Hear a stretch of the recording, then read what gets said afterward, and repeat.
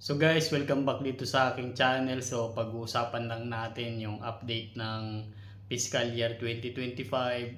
So yun nga yung visa bulletin ng June 2025. So napakaganda nung final action date dito sa employment based preference. So especially dito sa AB3. So nag-move forward siya from previous month. So nagiging February 8, 2023 na nga itong latest final action date dito sa AB3 employment based preference.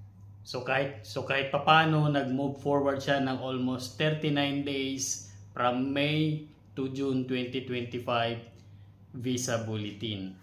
So ano na naman kaya yung expect natin na final action date nitong July 2025 parating na visa bulletin.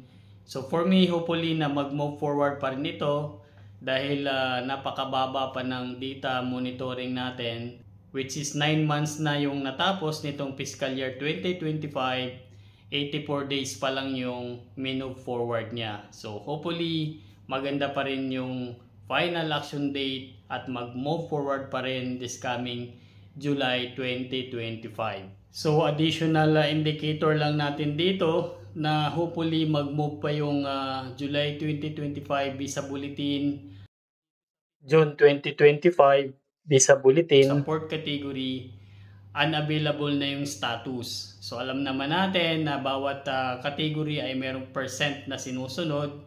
So kung ito ay unavailable, either hindi na available yung visa. So just in case kung meron pa mang to be issued nitong natitirang 7% dito sa port category, pwede nila tong spill over. So pwede nila tong spill over from 1, 2, 3, and 5. So ganito yung rules ng issuance nila dito sa visa ng employment-based preference. So ito pa yung additional indicator natin for fiscal year 2025 visa issuance. So meron na ditong October 2024 hanggang March 2025. So kung titingnan nga natin to, so ito nga yung immigrant visa issuance by foreign state of chargeability or place of birth. So this is for the month of October 2024 for fiscal year 2025. So since na employment based lang yung titingnan nating data dito, so filter natin siya. So usually ito lang yung kukunin natin, yung A1, E2, E3, tsaka EW. So I'm not sure guys kung meron pang ibang category dito ng employment based preference, but ito lang yung majority na kinuha natin, pinilter natin. Then select apply. So ito na nga yung mga all countries under employment based preference. So kung titingnan natin kung ilan lahat to, so check natin. So dito sa October 2024, meron nga siyang in total na 5,802 visa issuance. So yun nga, alam nga natin na meron tayong 140,000 allotted visa for employment-based preference. So titingnan natin yan hanggang March.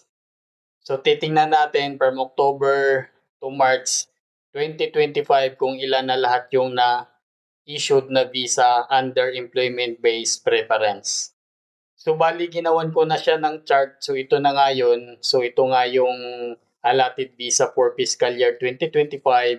So ito nga yung pinilter natin kanina na 5,802 visas, which is October to March pa lang yung available. So in total guys, meron pa lang siyang issuance 21,042. So meron pang almost missing na 118,958 visa dito sa fiscal year 2025. So hopefully, dito pa rin yun ilalagak lahat.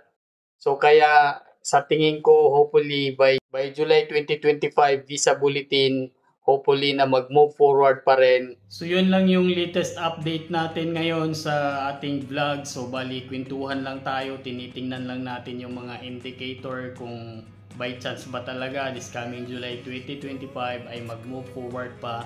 So anyway, we will just wait for the official announcement.